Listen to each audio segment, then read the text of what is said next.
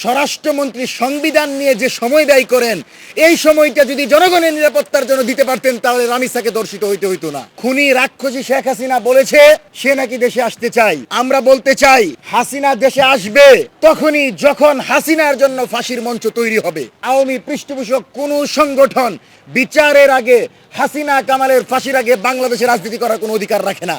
দর্শকদেরকে রাজনৈতিক সুবিধা দেওয়ার মাধ্যমে কোনো একটা দলের হওয়ার কারণে যদি কেউ সেফ এক্সিট দিয়ে বিদেশে যাওয়ার সুযোগ করে দেয়, তাহলে আমরা মনে করব সেও ধর্ষণের পৃষ্ঠপোষক।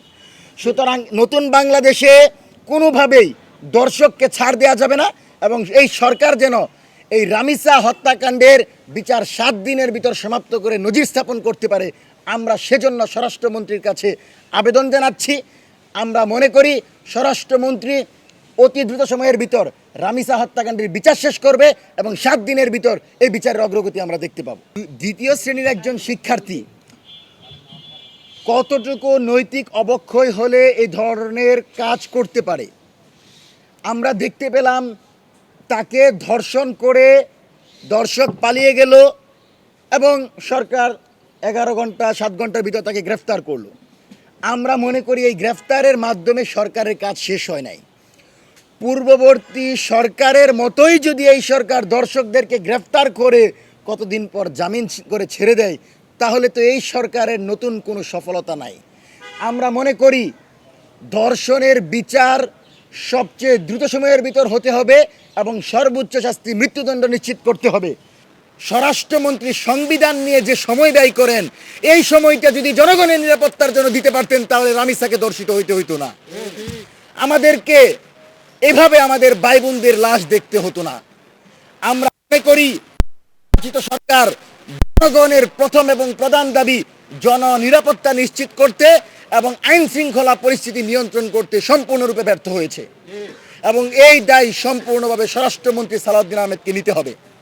সম্মানিত সাংবাদিক বন্ধুগণ, আমরা মনে করি জুলাই পরবর্তী বাংলাদেশে জুলাইয়ে যারা হত্যাকাণ্ড ঘটিয়েছিল, যারা বাংলাদেশের জনগণের উপর অস্ত্র চালিয়েছিল, সেই নিষিদ্ধ সংগঠন আওয়ামী লীগ, স্বেচ্ছাসেবক লীগ, ছাত্রলীগ সহ আওয়ামী পৃষ্ঠপোষক কোনো সংগঠন বিচারের আগে, হাসিনা কামালের ফাঁসির আগে বাংলাদেশে রাজনীতি করার কোনো অধিকার রাখে না। গতকাল এবং তার পূর্বেও বিভিন্ন জায়গায় খুনি রাক্ষসী শেখ হাসিনা বলেছে সে নাকি দেশে আসতে চাই। আমরা বলতে চাই, হাসিনা দেশে আসবে তখনই যখন হাসিনার জন্য ফাঁসির মঞ্চ তৈরি হবে। বাংলাদেশের জনগণ বিমানবন্দরে জুতার মালা পরিয়ে শেখ হাসিনাকে বরণ করে ফাঁসির সেল পর্যন্ত নিয়ে যাবে, এবং ফাঁসি কার্যকর করার মধ্য দিয়ে বাংলাদেশে আওয়ামী লীগের রাজনীতির কবর রচনা হবে।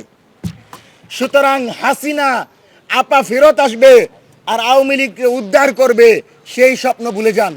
স্বরাষ্ট্রমন্ত্রীকে বলছি, নিরাপত্তা দিতে ব্যর্থ হয়েছেন, কিন্তু নিজের দলের নিরাপত্তার কথা চিন্তা করে হলেও বাংলাদেশের যে কোনো প্রান্তে আওয়ামী লীগ, স্বেচ্ছাসেবক লীগ, ছাত্রলীগ জটিকা মিছিল যদি বের করে দ্রুত সময়ে গ্রেফতার করে যে প্রত্যেককে কারাগারে নিক্ষেপ করেন।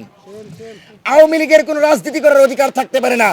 যারা হত্যাকাণ্ড ঘটিয়েছিল, যারা 71 হত্যাকাণ্ড ঘটিয়েছিল, তাদের যেমন বিচারের মাধ্যমে বাংলাদেশ থেকে নিশ্চিহ্ন করা হয়েছে, ঠিক একইভাবে 24শে ছাত্র জনতার গণঅভ্যুত্থানে অস্ত্র তুলে বাংলাদেশের জনগণের বিপরীতে রায় দিয়েছে, গুলি করেছে, হত্যা করেছে, কোনোভাবে বাংলাদেশের রাজনীতিতে সক্রিয় করা যাবে না। হত্যাকাণ্ডের বিচার 7 দিনের ভিতর সমাপ্ত করে দ্রুত সময়ের ভিতর বিচার কার্য সরাসরি সেটার প্রতিফলন দেখাতে হবে, অর্থাৎ বিচারের রায় এবং বিচার কার্যকর করতে হবে 7 দিনের মধ্যে।